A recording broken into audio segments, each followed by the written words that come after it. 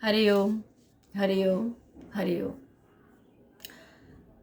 सूरज निकलता है और सबको एक जैसा प्रकाश देता है, कम या ज़्यादा नहीं, पर हम ध्यान नहीं लगाते हैं, जिसकी वजह से हमारे मन में भांति भांति के ख्याल आते रहते हैं। जैसे आप मैदान में बैठे हो तो सूर्य का प्रकाश सीधा आप पर पड़ता है, मगर जब आप घर में आते हैं तो सूर्य का प्रकाश नहीं लगता है, क्योंकि आप अपने रूम में हैं, किचन में हो। सूर्य का प्रकाश आप पर सीधे नहीं लगता है। तो जब आप अपने रूम में होते हो, किचन में होते हो, तो सूर्य का प्रकाश हमारे पर नहीं लगता है।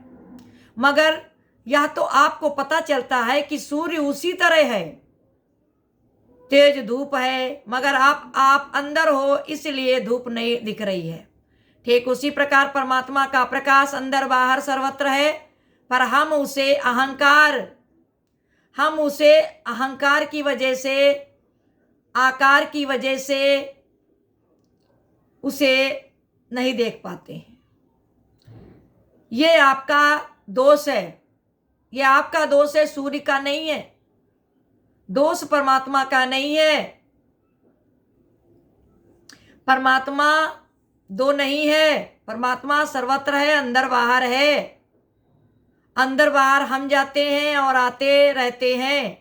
जैसे बल्ब है या राड है, उसमें बहुत सारा कपड़ा या पन्नी जो है बांध दो, लपेट दो, तो इसका मतलब ये नहीं है कि प्रकाश नहीं है, प्रकाश नहीं दिखेगा। पर क्या बल्ब बुझ गया है? नहीं ना। इसी तरह से परमात्मा हमारा है, वो कहीं नहीं गया है, बस आप उसे माया से, मोह से, आसक्ति से ढक रखा है, जिसकी वजह से परमात्मा आपको नजर नहीं आता। पर सत्संग में भी कुछ लोग जो सत्संग की बुराई करते हैं, क्योंकि उनकी समझ में नहीं आता है, तो वो दोष देना शुरू कर देते हैं, लोगों से बुराई करना शुरू कर देते हैं। कुछ दिन के बाद बात इतनी बढ़ जाती है कि समझौते करने की भी बात आ जाती है। बात राजा के पास गई, वहाँ दोनों पक्ष अलग अलग कमरे में बंद कर दिए गए, यानी वादी और प्रतिवादी दोनों का तालमेल नहीं बैठ रहा था, बहस छिड़ी हुई थी, तो दोनों को एक एक कमरे में बंद कर दिया जाता है। फिर कमरे में बंद कर दिए गए और हाथों में लकड़ी बांध दी गई और खाने की थाली सामने रखी गई और कहा खा लो, खाना रखा हुआ है। तर्क करने वाले भूखे बैठे हैं, दोष राजा का दे रहे हैं कि कैसे खाएं, हाथ में लकड़ी बंधी है, हाथ मुड़ ही नहीं रहा है। पर दूसरे कमरे वाले एक दूसरे की मदद से एक दूसरे को खिला कर सबने खाना खा लिया। निर्णय राजा ने किया कि दोष किसी का नहीं है, दोष सिर्फ समझ का है, दोष सिर्फ समझ का है। तो तर्क वाले तर्क ही करते रहते हैं, तर्क वाले हमेशा तर्क ही करते रहते हैं, उनकी समझ में नहीं आता है। हमें उसमें फंसना नहीं है। गुरु का जो एक एक शब्द है वो सत्य है, अटूट है, और हमें उस पर ही चलना चाहिए। ये देह जो है, ये जो पिंजड़ा है, ये जो गाड़ी है, ये केवल साधन है, और इससे हमको उद्धार करना है, भय सागर से पार होना है, और जो हम करके आए हैं वो हमको मिल के रहेगा। और ये हमारी गलत फहमी है, क्योंकि देखो तो हम तो इतनी पूजा करते हैं पर मिला क्या, हम तो इतना सत्संग जाते हैं पर मिला क्या। एक बार क्या हुआ, एक सत्संग में जो है नया प्रेमी आया था। फिर उसने क्या किया, एक बार ऐसा किया कि उसने जा रहे थे सब सत्संग, तो उसने भी कहा आप लोग कहाँ जा रहे हो, कि हम लोग सत्संग जा रहे हैं। तो कहीं उसमें क्या बताया जाता है कहने से बहुत अच्छी चीज़ बताई जाती है, वहीं से तो उद्धार होता है, बेड़ा पार होता है। तो उन्होंने कहा अच्छा चलो हम भी चलेंगे। तो वो उस दिन गया, उसको अच्छा लगा। अब परमात्मा से उसको प्यार हो गया और वो रोज जाने लगा। एक बार क्या हुआ कि जब वो सत्संग में लगातार जाने लगा और जब उसके बाद में उसके साथ क्या हुआ, उसकी जो बकरियां थी वो बकरियां चराता था, उसके पास बहुत सारी बकरियां थी। तो उसकी एक एक करके बकरी मरती जा रही थी। अब उसके अंदर ख्याल आया कि यार हमारी तो सारी बकरियां मर गईं और अब इसी तरह मरती चली जाएंगी तो हम क्या करेंगे, हमारी तो रोजी रोटी बंद हो जाएगी। तो अब हम जो है, जब वो लोग जाने लगे तो एक दिन वो बोला, रास्ते में कहा अरे चलो आप तो कहे मैं नहीं जाऊंगा, मेरी तो सारी बकरियां मरी जा रही हैं, अब एक बची, अब मैं नहीं जाऊंगा। तो जाऊं कह देना गुरुजी से, हम नहीं उनसे व्यवहार करेंगे, हम उनसे प्रेम नहीं करेंगे, और जो हमने उनकी मित्रता करी थी तोड़ दी है, मुझे नहीं ज़रूरत है। यही आके उन लोगों ने बताया। तो जब वो लौट के आए गुरुजी के पास से, जब गुरुजी के पास आए तो बताया, कहा कि देखो वो नहीं आया, गुरुजी ने कहा तो कहा वो नहीं आएगा। वो जब से वो सत्संग आ रहा है बता रहा है तब से उसकी सारी बकरियां मरी जा रही हैं, एक बची है, अब वो नहीं आएगा, उन्होंने आपसे कट्टी कर ली है, गुस्सा हो गया है। तो गुरुजी ने कहा अच्छा उसे एक बार ले आओ मेरे पास, मैं जिसका हाथ पकड़ता हूँ उसका छोड़ता नहीं हूँ, और पहले तो मैं पकड़ता नहीं हूँ, एक बार ले आओ। तो फिर उन लोगों ने एक बार उसके पास जा कर के बोले कि आज एक बार गुरु ने तुमको बुलाया है, एक बार मेरे पास आए, फिर उसकी मर्जी, वो आए ना आए फिर उसको हम नहीं बुलाएंगे। तो वो कहा चलो अच्छा चलते हैं। तो वो गया गुरुजी के पास। तो उन्होंने कहा अच्छा ठीक है, हम आपकी बात तो सुने हैं और मानते भी हैं, लेकिन एक का मेरा कहना मानोगे क्या? कहा हाँ मान लेंगे, हम एक बार मान लेंगे। तो कहा जाओ फला फला गांव में एक माता जी रहती हैं, माता जी हैं और उनकी एक पोती है, बेटे की लड़की है, जाओ दोनों लोग रहती हैं, आप उनके घर जाओ, ये एक बोरी आटा उठाओ और उनको दे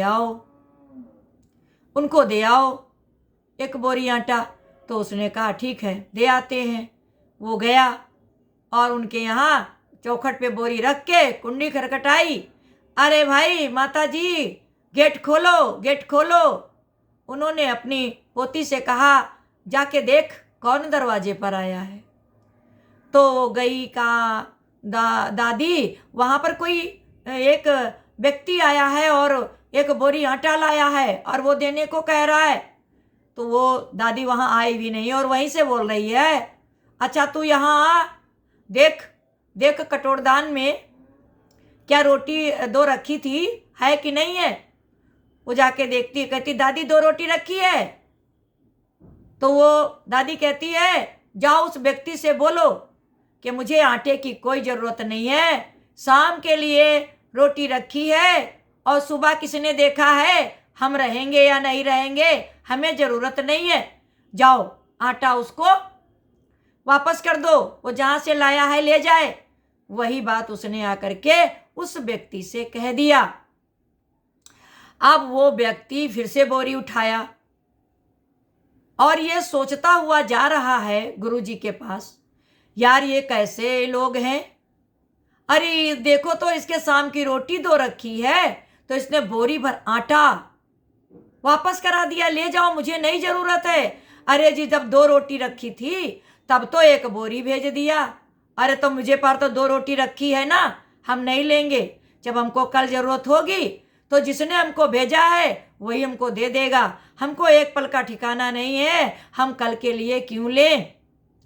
यही सोचता हुआ जा रहा था, गुरुजी के पास पहुंचा, हाथ जोड़ करके विनम्र निवेदन किया कि गुरुजी आप महान हो, हम आपको नहीं समझ पाए, हमको माफ़ कर देना, हम नादान हैं, नासमझ हैं, अहंकारी हैं, आप जो भी समझो हमको माफ़ कर दो, हमारी आंखें खोल दी हैं आपने। अरे मेरे पास भी एक बकरी तो है, हम ये क्यों कह रहे हैं कि सारी बकरियां मर गई हैं, अब एक बची है वो भी चली जाएगी, ऐसा नहीं है। आज हमारी आंखें परमात्मा खुल गई हैं। और यह सुन करके गुरु से फिर हाथ मिलाया और गुरु को अपना बना लिया। और गुरु में ही हर वक्त सारा कार्य वो करता है। गुरु के नाम से, गुरु के हुक्म से, गुरु की आज्ञा से वो कदम बढ़ाता है। उसने अपने जीवन को परमात्मा के काम पे लगा दिया। उसी दिन से उसकी जिंदगी परमात्मा की हो गई। वो तो निमित्त बन करके चल रहा है, उसका सारा काम परमात्मा कर रहा है। वो आराम से विश्राम कर रहा है। हरि ओम। विश्राम माने विश्व राम का है, विश्व परमात्मा का है, वो जाने उसका काम है। हरि ओम, हरि ओम। अगर आपको अच्छा लगे तो कमेंट करना, शेयर कर देना और हमारे चैनल को सब्सक्राइब ज़रूर करना, क्योंकि ये हमने आप ही के लिए ये चैनल बनाया है। आप लोग सपोर्ट करेंगे तो आप लोग हमेशा हम वीडियो डालते जाएंगे, क्योंकि परमात्मा का खजाना बहुत भरा पड़ा है जो कभी कम नहीं होता है। हम आपको वीडियो के द्वारा हम आप सबको परमात्मा की बातें और परमात्मा का ज्ञान और परमात्मा का ये ज्ञान खजाना हम लुटाते रहेंगे और आप सब लूटते रहना। आनंद ही आनंद है, इससे बढ़कर संसार में कोई आनंद नहीं है, सिवाय एक भ्रम के, भय के, संशय के। सभी ने इसी में हमको फंसाया है। परमात्मा ने हमको बंधन मुक्त किया है। तू देह नहीं, तू आत्मा है। सिर्फ परमात्मा ही है और कुछ है नहीं। आज समझ लो, चाहे लौट के बार बार योनियों में आते रहोगे और जाते रहोगे, मनुष्य का चोला तो मिलने वाला नहीं है। बड़ी मुश्किल से, बड़ी मिन्नतें करके परमात्मा से हमको मनुष्य का चोला मिला है।